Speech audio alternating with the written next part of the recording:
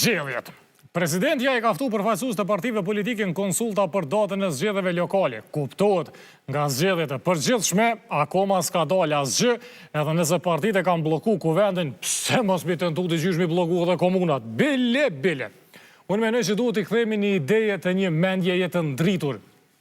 Do të më bëjë qeverinja, me dalë me kërku vota tek qytetarë së gjykatë kushtetuese, tani me thonë unë e caktoj pagën e deputetit, unë e caktoj pagën e unë e vendosi, a kam i pas KPM-ja 7 antar apo 11 antar. Nëse ka zgjedhje për kuvend, s'kemi kuvend. Edhe nëse kemi me pasë zgjedhje për kryetarët komunave, ata kemi milion pa buxhet, ose kemi dërguar në përmbarues poshtë për pjetë, pse mos me pasë zgjedhje edhe për antar gjykatës kushtetuese. Hajt.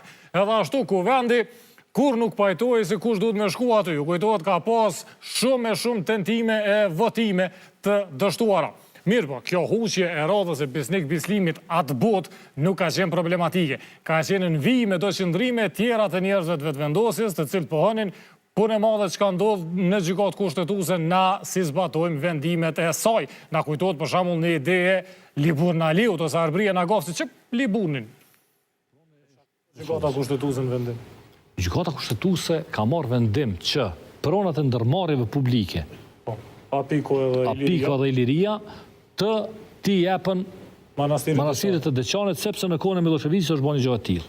Këtu është problemi. Edhe keni ndërmend me ignoru këtë vendim gjykatës kushtetuese, me apelu, me lënë sirtar? Ky vendim njerë për njerë është në sirtar.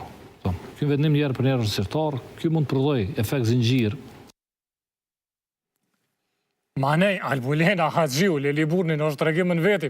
Nizmat e saj për reforma në sistemin e drejtësisë u konstatu që janë kundër kushtetuese, dhe kur ministri i drejtësisë shkel kushtetutën, atëherë s'ka çka lyp në atë ministri. Duhet me ardhur në kryt kuvendit. Nëse as këtu nuk po vjen pse, sepse tash sipas saj, deputet tjerë që kanë ka shkelin kushtetutën të mos marr pjesën në votim. Dhe në këto 16 seanca nuk ka pasur në asnjërin prej tyre asnjë përpjekje minimale të deputetëve të opozitës që të marrin pjesë në votim sipas obligimit kushtetues. Pra ne nuk po themi që të votojnë për domosdo, ne po themi që mund të votojnë për, kundër apo të abstenojnë sepse kanë obligim kushtetues. Dhe kjo rrjedh nga gjykimi i gjykatës kushtetuese.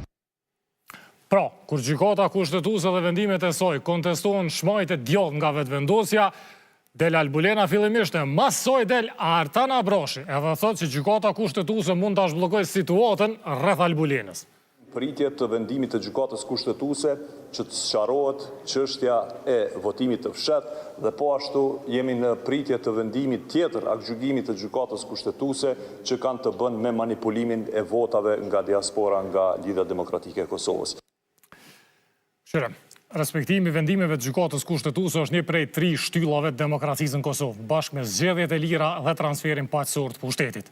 Zgjedhjet i kemi edhe matutjet lira edhe të mira, edhe i kemi më të mirat në rajon, po i kemi më të këqija se të kaluarat. Edhe në KQZ kemi mosdivqa, kështu që e kom pak zor me besu që zgjedhjet lokale do të jenë më të mira, por të presim fillimisht datën edhe detajet tjera.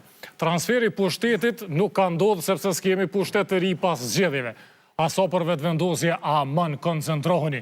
Ose vlejnë vendimet e gjykatës kushtetuese dhe i respektoni dhe i zbatoni ato vendime, ose nuk vlejnë edhe punë e madhe që ka vendosin ata, ju i grahni me tujen. Negocimi dhe zbatimi selektiv i vendimeve të gjykatës kushtetuese është dyftërsi politike edhe hajgare me institucione edhe me shtet. Mysafiri por sonte.